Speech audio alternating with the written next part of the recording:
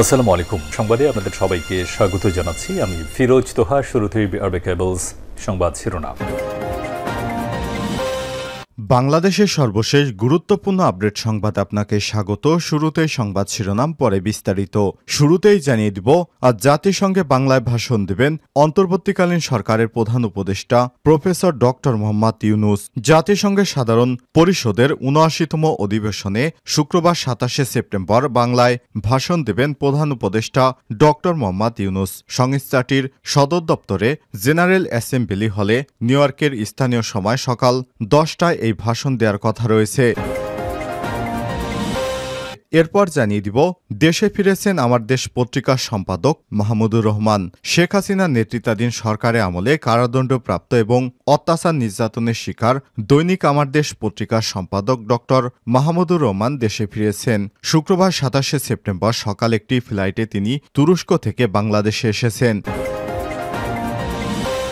জানিয়ে দিব, আওয়ামী লীগকে নিষিদ্ধ করা হবে কিনা জানালেন ডাক ও টেলিযোগাযোগ তথ্য উপদেষ্টা নাহিদ ইসলাম।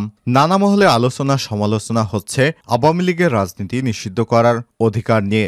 জুলাই আগস্ট বিপ্লবে গণহত্যায় জড়িত থাকার অভিযোগে অনেকে দলটির নিষিদ্ধ করার দাবি করছেন। তবে আওয়ামী লীগ আসলে এমন পরিস্থিতিতে রাজনীতি করতে পারবে কিনা তা নিয়ে এবার মুখ খুলেছেন অন্তর্বর্তীকালীন সরকারের উপদেষ্টা নাহিদ ইসলাম। এবারে জানাবো, সড়কে শৃঙ্খলা ফেরাতে এবার নতুন উদ্যোগ, ৬ রূপরেখা নিয়ে কাজ শুরু। বহুমাত্রিক সমস্যায় বিপর্যস্ত রাজধানীর ট্রাফিক ব্যবস্থা অসহনীয়। এ অবস্থা থেকে উত্তরণে এবার উদ্যোগী হলেন প্রধান উপদেষ্টা ডক্টর মোহাম্মদ ইউনূসের সরকার। সংকট সমাধানের উপায় খুঁজতে দায়িত্ব দিলেন বুয়েটের বিশেষজ্ঞদের। প্রাথমিকভাবে ৬ দফা রূপরেখা নিয়ে কাজ শুরু করেছেন তারা, তবে বলছেন দীর্ঘমেয়াদী সমাধানে প্রয়োজন গণপরিবহন ব্যবস্থার সংস্কার এবং উন্নতি। এদিকে পালিয়ে গিয়েও ফেসবুকে সরব কুমিল্লার সাবেক মেয়র। কুমিল্লার সাবেক মেয়র তাহসিন বাহার সূচনা। আলোচিত এই মেয়রকে নিয়ে নানা সময় আলোচনা চলত।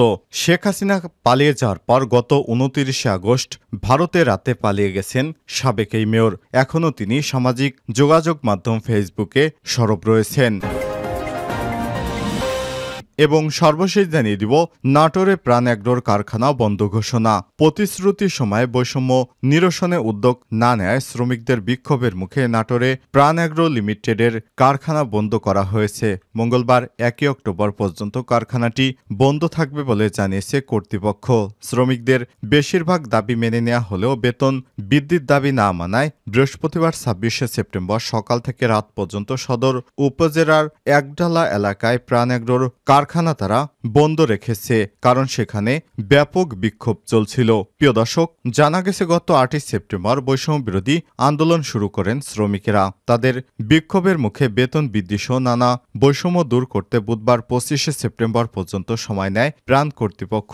প্রতিশ্রুতি অনুযায়ী বুধবারের ভেতরে শ্রমিকদের সব দাবি দেওয়া মেনে না নেয় বৃহস্পতিবার সকাল থেকেই বিক্ষোভ শুরু করেছেন শ্রমিকেরা। এরপর থেকেই এই প্রতিষ্ঠানটি বিক্ষোভের মুখে বন্ধ রাখতে বাধ্য হয় কর্তৃপক্ষ। এতক্ষণ শুনছিলেন সংবাদ শিরোনাম, এবারে বিস্তারিত। তবে তার আগে বন্ধুরা, অনুরোধ থাকবে সংবাদটিতে একটি লাইক দিন। এই চ্যানেলে আপনি নতুন হয়ে থাকলে আমাদের সংবাদটি দেখতে দেখতে চ্যানেলটি সাবস্ক্রাইব করে রাখুন। কমেন্ট করে আপনার মূল্যবান মতামত জানিয়ে দিন বন্ধুরা, আপনি বিশ্বের কোন দেশ থেকে আমাদের সংবাদটি দেখছেন। এই সংবাদ সম্পর্কে আপনার মূল্যবান মতামত। এবারে বিস্তারিত। আজ জাতিসংঘে বাংলায় ভাষণ দেবেন ডক্টর ইউনূস।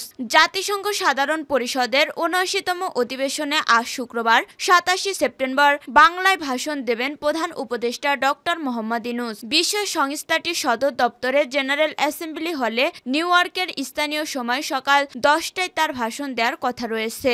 কি প্রেক্ষাপটে অন্তর্বর্তী সরকার প্রধান উপদেষ্টার দায়িত্ব গ্রহণ করেছেন, রাষ্ট্র সংস্কারে তিনি কি উদ্যোগ নিয়েছেন সেগুলো ভাষণে তুলে ধরবেন। এছাড়া ফিলিস্তিনি গণহত্যা ও রাশিয়া ইউক্রেন যুদ্ধ অনবলম্বে বন্ধ এবং রোহিঙ্গা সংকট সমাধানে বিশ্ববাসীর সহযোগিতা ও সহায়তা চাইবেন তিনি। পাশাপাশি জলবায়ু পরিবর্তন, সরকারের অন্তর্ভুক্তিমূলক অর্থনৈতিক উন্নয়ন ও অন্যান্য বৈশ্বিক আঞ্চলিক বিষয়গুলোকে তুলে ধরবেন তার ভাষণে। ছাত্র জনতার গণ অভ্যুত্থানের পর নতুন বাংলাদেশ গঠনে বিশ্ববাসীর সহায়তা, বিদ্যমান রাষ্ট্র কাঠামো ও প্রতিষ্ঠানগুলোর আমূল রূপান্তরের এক নতুন উপস্থাপনার দ্বারা উন্মোচনের রূপরেখা বিশ্ববাসীকে জানাবেন ডক্টর ইউনূস। ছাত্র ও যুব সমাজের আন্দোলন, বৈষম্য বিরোধী সমাজ গঠনে তার নেওয়া বিভিন্ন পদক্ষেপের কথা তুলে ধরবেন ভাষণে। বাংলাদেশের এই গণ অভ্যুত্থান সারা পৃথিবীর মুক্তিকামী মানুষের জন্য অনুপ্রেরণা হতে পারে এমন বক্তব্য দিতে পারেন। বাংলাদেশের মানুষ যেভাবে একনায়নতন্ত্র, নিপীড়ন, বৈষম্য, অবিচার ও দুর্নীতির বিরুদ্ধে রাজপথ এবং সামাজিক যোগাযোগ মাধ্যমে দৃঢ়ভাবে রুখে দাঁড়িয়েছিল সেটিরও বর্ণনা দেবেন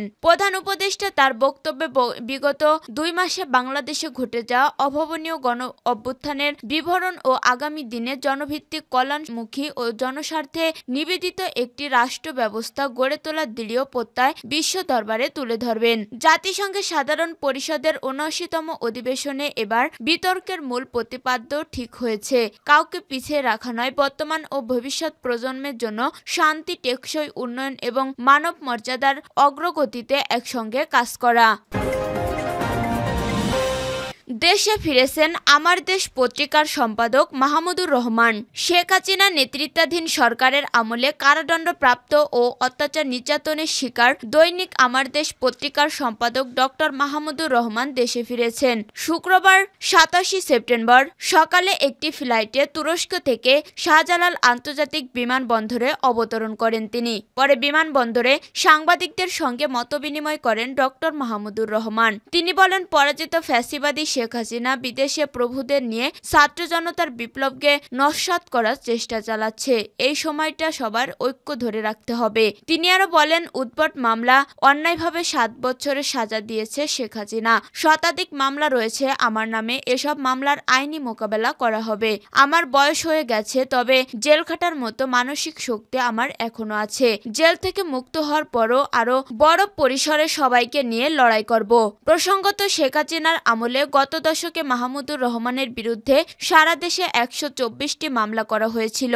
2010 সালের জুনে প্রথমে দফায় আমার দেশ বন্ধ ও সম্পাদক মাহমুদুর রহমানকে আটক করা হয়। দ্বিতীয় দফায় 2013 সালের 11 এপ্রিল আবারও দ্বিতীয় দফায় আমার দেশ বন্ধ করে মাহমুদুর রহমানকে ধরে নিয়ে যায় পুলিশ। এরপর দিনের পর দিন রিমান্ডে নিয়ে চালানো হয় নির্যাতন। পরবর্তীতে সাজানো হয় মামলায় মাহমুদুর রহমান এবং তার স্ত্রীকে 7 বছর কারাদণ্ড দেওয়া হয়। ছাত্র জনতার গণ অভ্যুত্থানের মুখে 5 আগস্ট শেখ হাসিনা প্রধানমন্ত্রীর পদ থেকে পদত্যাগ করে দেশ ছেড়ে ভারতে পালিয়ে যান। এর মধ্যে দিয়ে আওয়ামী লীগের টানা প্রায় 16 বছরের শাসনের অবসান ঘটে। আওয়ামী লীগ সরকারের পতনের 3 দিন পর গত 8 আগস্ট ডক্টর মোহাম্মদ ইউনূসের নেতৃত্বে অন্তর্বর্তী সরকার গঠন করা হয়।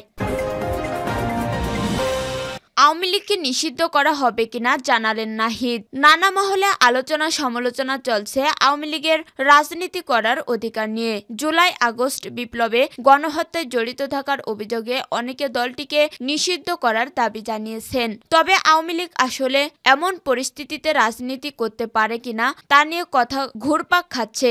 গত 19 আগস্ট সারদা সোসাইটি নামের একটি সংগঠনের পক্ষ থেকে প্রতিষ্ঠানটির নির্বাহী পরিচালক আরিফুর রহমান মুরাদ ভূঁইয়া আওয়ামী লীগকে নিষিদ্ধ করার দাবিতে এক রিট করেন। তবে আদালত তার এই রিট বাতিল করে দেন। এরপর অন্তর্বর্তী সরকারের আইন, বিচার ও সংসদ বিষয়ক উপদেষ্টা আসিফ নজরুল এক প্রশ্নের জবাবে বলেন, সংবিধান অনুসারে সংগঠন করার স্বাধীনতা আছে। বাংলাদেশের স্বাধীনতা সংগ্রামে নেতৃত্বদানকালে দল ছিল আওয়ামী লীগ। বিভিন্ন গণতান্ত্রিক সংগ্রামে দলটির অবদান ছিল।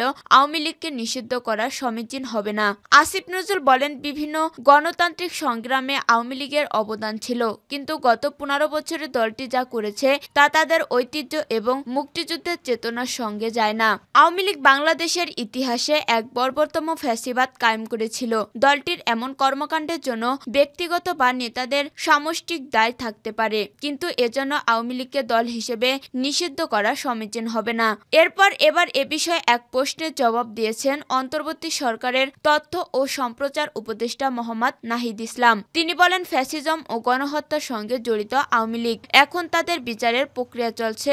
দল হিসেবে তাদের রাজনীতি করার অধিকার নেই। আওয়ামী লীগকে কিভাবে নিষিদ্ধ করতে পারে এমন প্রশ্নের জবাবে তিনি বলেন, এ বিষয়ে সরকারের জায়গা থেকে আমার এককভাবে সিদ্ধান্ত নিতে চাই না। আমার কথাটি বলছি, আমরা এ ধরনের জাতীয় সিদ্ধান্তে রাজনৈতিক ঐক্যমত্যকে গুরুত্ব দিচ্ছি। ফলে রাজনৈতিক অন্যান্য দলগুলো এ বিষয়ে মতামতের প্রয়োজন আছে। সার্বিকভাবে এই বিষয়ে রাজনৈতিক ঐক্যমত হলে আমরা সিদ্ধান্ত নিতে পারি। তিনি বলেন, এ বিষয়ে একটি বিচার প্রক্রিয়া চলছে। এ বিষয়ে প্রক্রিয়ার মাধ্যমেই একটি সমাধান আসবে। এর মধ্যে আমরা রাজনৈতিকভাবে ঐকমত্যে পৌঁছাতে পারি।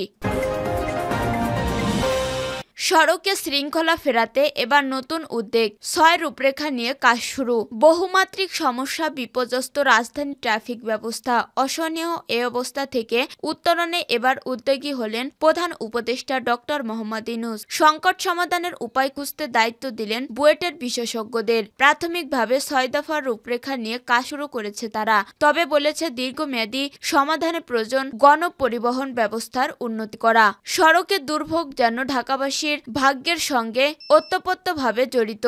স্বস্তির আশায় বিভিন্ন সরকার নানান স্বপ্ন দেখলেও দিন শেষে দুঃস্বপ্নই নগরবাসীর সঙ্গে। ৫ই আগস্টের রাজনৈতিক পট পরিবর্তনের পর অনেকটা কার্যকর হয়ে পড়ে ট্রাফিক ব্যবস্থা।